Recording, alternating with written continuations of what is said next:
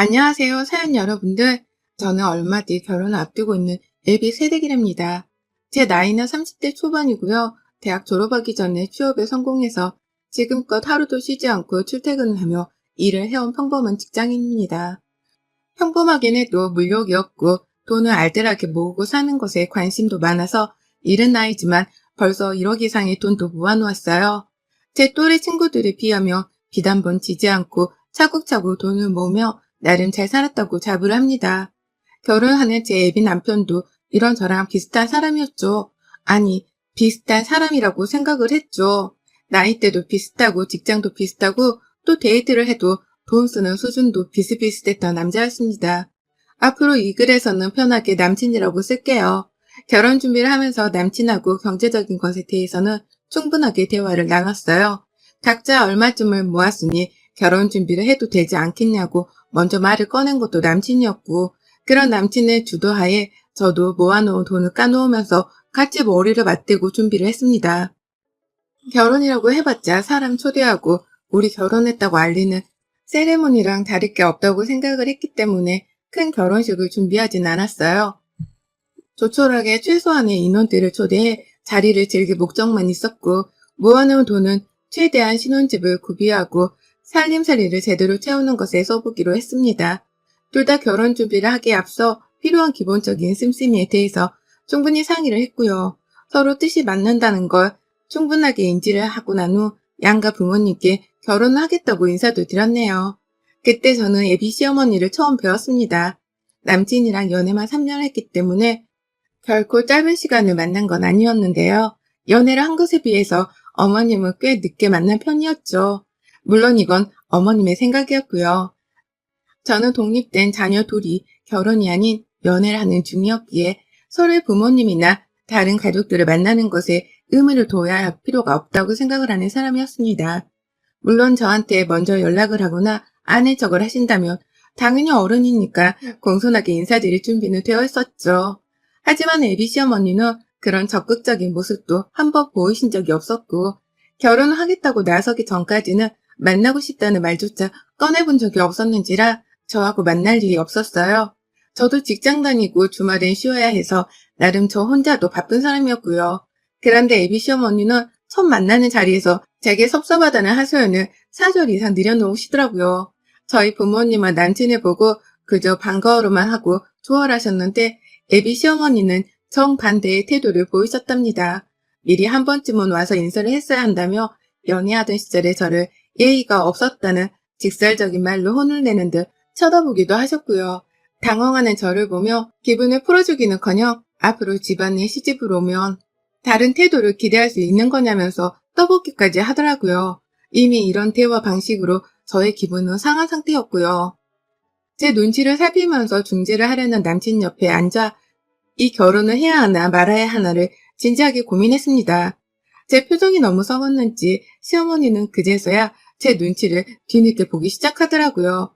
정말 이러다 제가 결혼을 안 하겠다고 먼저 나설까 싶었던지 갑자기 우리 애비 며느리 드신 밥 줘야 해 라고 밥을 고봉으로 퍼주기도 하셨고, 필요 없는데 생선을 굳이 손으로 발라서는 내 딸 같아서 내가 말을 너무 편하게 했네 라고 하며 친절을 베푸셨어요.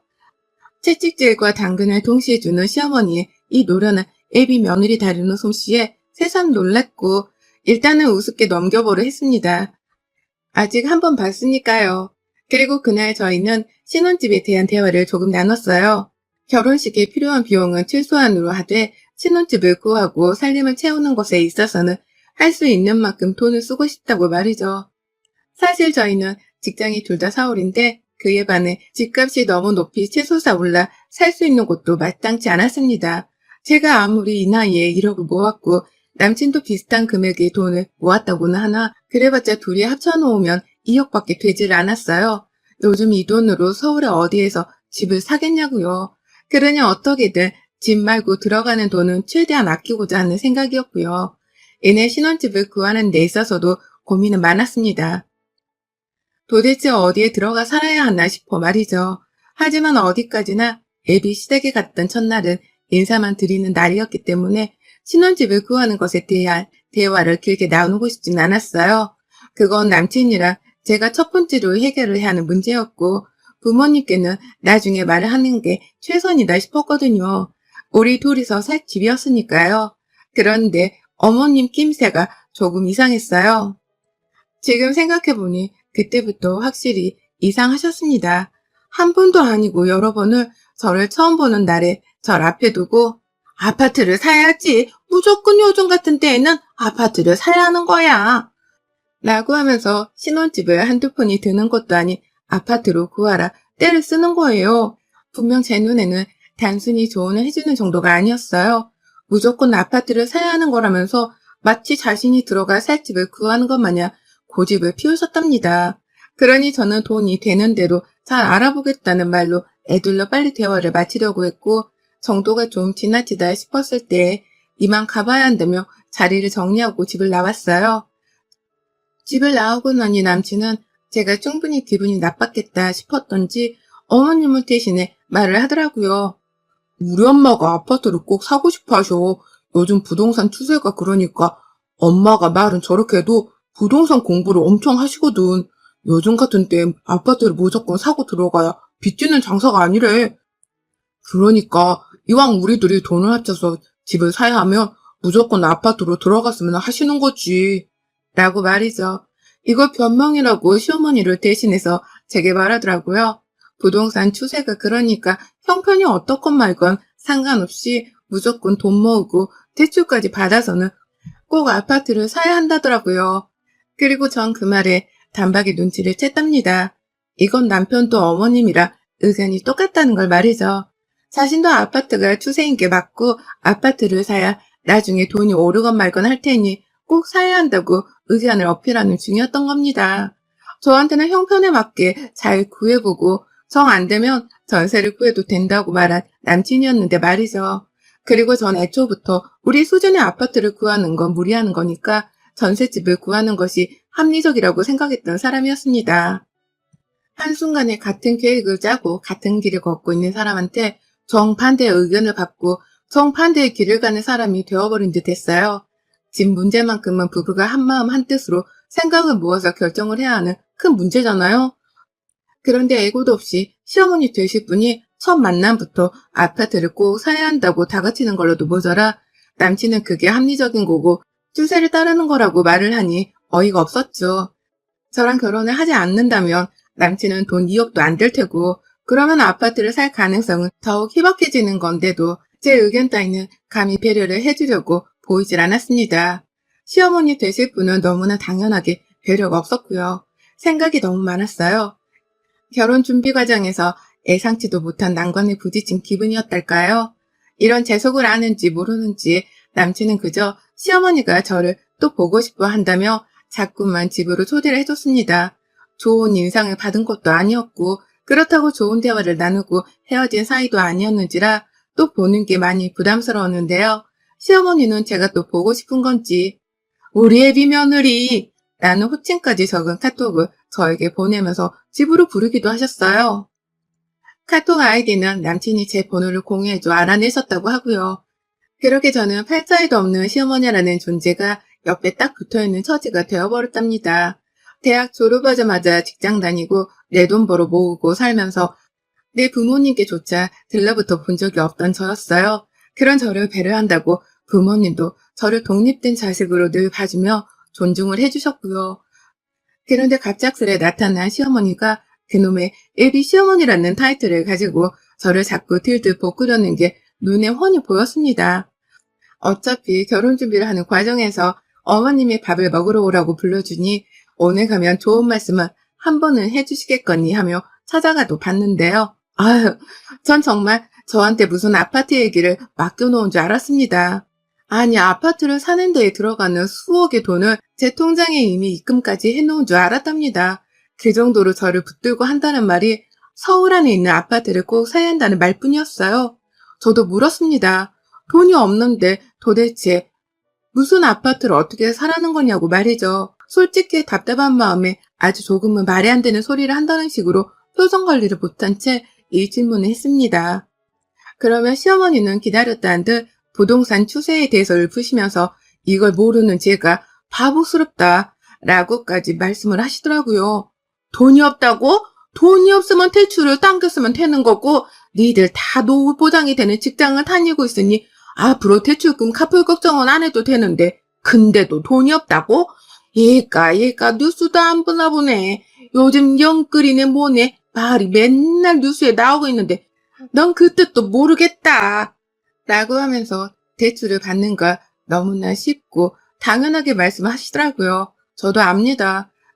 집을 사기 위해서 대출을 받는 분들이 많다는 걸 말이죠. 사업을 하기 위해서도 대출받는 사람들은 많고요. 다만 저는 살면서 학자금 대출도 받아본 적이 없는 사람이었고 제 통장에 마이너스라는 게 찍혀본 적이 없었습니다. 그런 저로서는 대출이라는 말 자체가 추세를 모른다는 걸 떠나서 많이 걱정이 되는 부분이었어요. 굳이 무리를 해서 그렇게까지 아파트를 사고 싶은 마음도 없었고요. 하지만 시댁만 가면 정확히는 예비 시댁인데도 불구하고 그 집만 가면 시어머니에 이어서 믿었던 남친까지 추세를 따지고 돌며 아파트를 사야 한다고 닥달을 하니 미칠 노릇이었죠. 이거 정말 저를 제외한 모든 사람들이 아파트를 사려고 하는 것만 같았고 이런 생각을 한 번도 해본 적이 없는 제가 너무 한심한 사람이 되어버린 것만 같기도 했습니다. 이 고민으로 몇 날 며칠을 정말 결혼 자체까지 뒤집어 생각을 해볼 만큼 저 혼자 부모님께 말도 못한 채 고민을 끌어안고 있었는데요. 귀엽고 시어머니 되실 분께서 저의 기분에 똥칠을 하긴 하더라고요. 언제 하시려나 싶었는데 그걸 급기야 해버린 겁니다. 저희 집에서 전날 엄마가 남친을 집으로 초대해서 함께 밥을 먹었어요.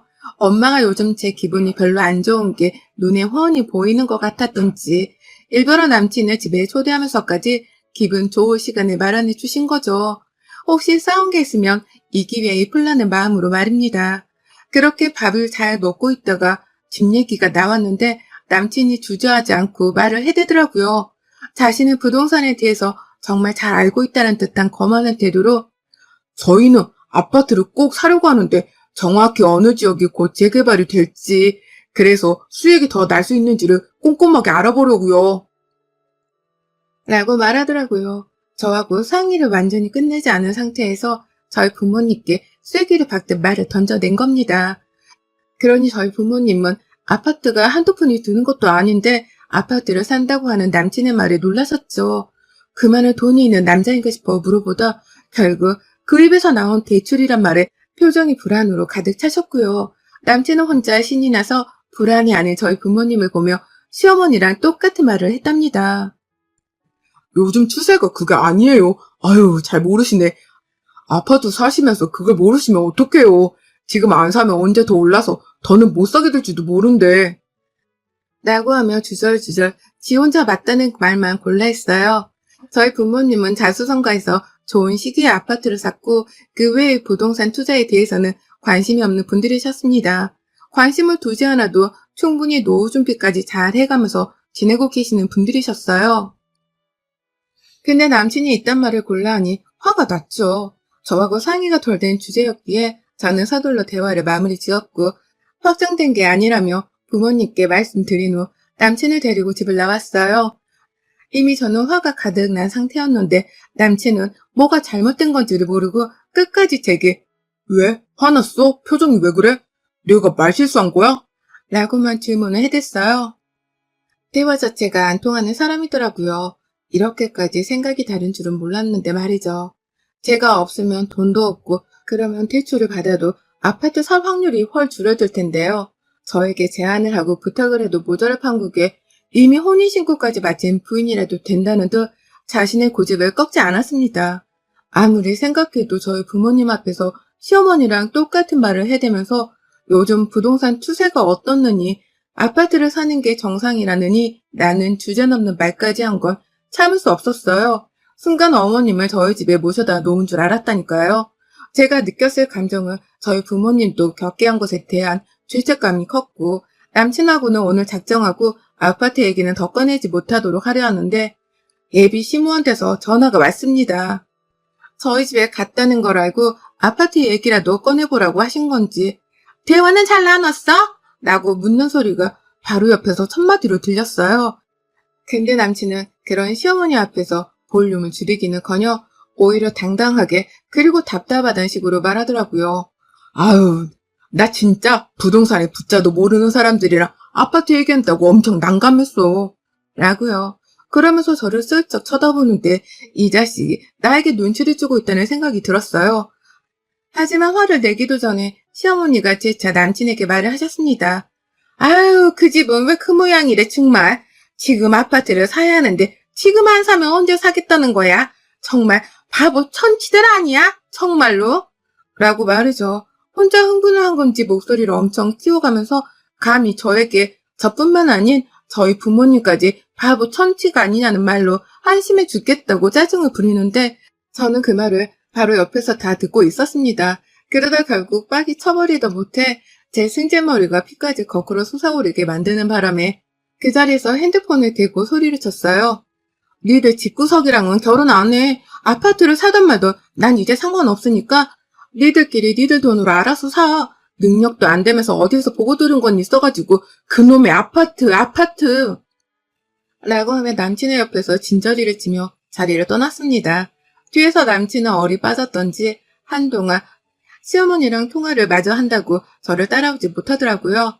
그러다가 뒤늦게야 제가 아파트 입구에서 비밀번호를 누르고 있을 때 저를 붙잡아야겠다 싶었던지 막 달려왔습니다. 하지만 이미 때는 늦었고 저는 그런 남친을 노려보다가 요요히 집으로 올라갔죠. 남친은 밤새도록 제게 화를 풀라고 연락을 해왔어요. 저는 분명 결혼을 하지 않겠다고 파혼을 선언한 건데 이 자식은 말귀를 못 알아듣고 화를 풀라고만 하더라고요. 딱 보니 일부러 파혼을 피하기 위해 모르는 척을 하는 게 분명해 보였습니다. 저랑 파혼을 하게 되면 방금 전까지 얘기를 하던 아파트를 사는 것도 물 건너가는 걸 본인이 제일 잘 알았던 거죠. 그런 남친의 태도에 저는 더욱 화가 났어요. 화가 난 이유를 알면서도 모른 척 일부러 회피를 하는 것이며 아파트를 사기 위해서 일부러 화해를 하려는 듯이 더 적극적으로 연락을 해오는 것까지 모든 게 다 가시적인 것만 같았습니다. 원래 이런 사람이 아니라고 생각을 해서 결혼까지도 하려고 한 건데 이제 보니 순이기적이고 욕심도 많고 또 세상 물정도 모르는 사람이 분명했네요. 시어머니는 주제넘게 신혼집을 가지고 아파트를 사례말이하며 추세를 언급했을 때부터 이미 도를 넘었고요. 다른 건 다 참고 그냥 모른 척 파혼만 하고 넘어갈 수 있었는데 아무리 생각해도 남친이 저희 부모님 집에까지 찾아와서 추세 따위를 언급하며 부동산을 가르치려던 건 참을 수 없었습니다. 너무 웃겼던 건요. 저희 부모님은 이미 아파트를 사서 잘 살고 있는 반면 예비시댁은 다세대 주택에 살고 있었어요. 아파트에 한 번도 살아본 적도 없는 사람들이 자식 결혼을 앞세워 그렇게나 아파트를 언급했던 겁니다. 그러니 제가 이 말에 신빙성을 가질 수 있었겠냐고요. 뭘 해놓은 것도 없는 사람들이 큰 그림만 그리면서 고액의 대출을 받아 아파트를 사라고 하니 제가 당연히 말도 안 되는 소리라며 귓등으로도 안 들을 수밖에요. 결국 저는 그날 남친이랑 더 대화를 마무리 짓기도 전에 저희 부모님께 파혼을 통보했습니다. 도저히 집을 구하는 문제로 뜻을 좁힐 수 없었고 내가 무슨 말을 하더라도 나를 부동산에 붙자도 모르는 바보 취급을 하는 남친과 시어머니의 태도에 화가 단단히 났다는 걸 밝혔어요. 그러자 저희 부모님도 번갈아가며 화를 내셨고 또 번갈아가며 뭐 그런 집구석이 다 있냐면서 파혼을 재차 확인하셨답니다. 남자는 얼마든지 더 좋은 사람을 나중에 만날 수 있으니까 이혼보다는 파혼이 낫다며 적극 지원을 해주셨죠. 그래서 결국 저는 결혼을 정말 앞두고 있었던 예비 신부였음에도 한치의 미련도 없이 남친과 헤어지기로 했답니다. 물론 이별 통보도 저희 쪽에서 거의 일방적으로 밀어붙였어요. 그쪽에서는 여전히 아파트 하나에 미련이 남았는지 어떻게든 저를 붙잡아 보겠다고 뒤늦게야 마음에도 없는 사과를 하더라고요. 우리가 아파트에 살아본 적이 없어서 라는 솔직한 말까지 하면서 저를 붙잡아 보겠다고 결혼을 다시 생각해보자는 애비 시어머니. 저는 그런 어머니께 말씀드렸답니다. 어머님이 추세는 잘하는데 눈치는 잘 모르시나 보네요. 저 지금 억만장이 다 떨어져서 파혼 요구하는 겁니다. 아파트 살 며느리는 다른 데서 알아보세요. 라고 말입니다. 한 방에 5만 정이 다 떨어졌단 말을 아주 크게 소리쳐 드렸더니만요. 어머님은 그 말에 대꾸도 못하다가 말도 없이 남친을 바꿔주시더라고요. 그러더니 남친은 옆에서 제가 하는 말을 다 들었다면서 급기야 울먹거리기까지 하며 그렇게까지 말을 해야 해? 우리 사이에? 라고 했는데요. 이미 떨어져 나간 정은 쉽게 되찾아오기 힘들었습니다. 이렇게까지 해야겠니? 우리 사이에? 이렇게까지 추하게 헤어져야겠어? 제발 그만 매달리고 아파트 살 대출 받아줄 예비 신부는 딴 데서 알아봐. 라는 말로 헤어짐의 쐐기를 받고 영영 이별을 했네요. 다시는 안 보고 살고 싶다는 말까지 하면서 말이죠. 결국 저는 이 추세를 따지던 모자의 주둥아리 덕분에 하마터면 망칠 뻔한 인생에서 구제가 되었답니다. 대출 안 받고 아파트에 안 살아도 잘 사는 모습, 혼자 살면서라도 남친에게는 보여주고 싶네요. 철든 인간인 줄 알았는데 어쩜 그 모양인 건지 정말 사람은 겪어보고 알 일입니다. 여러분의 생각은 댓글로 남겨주세요. 오늘도 시청해주셔서 정말 감사합니다.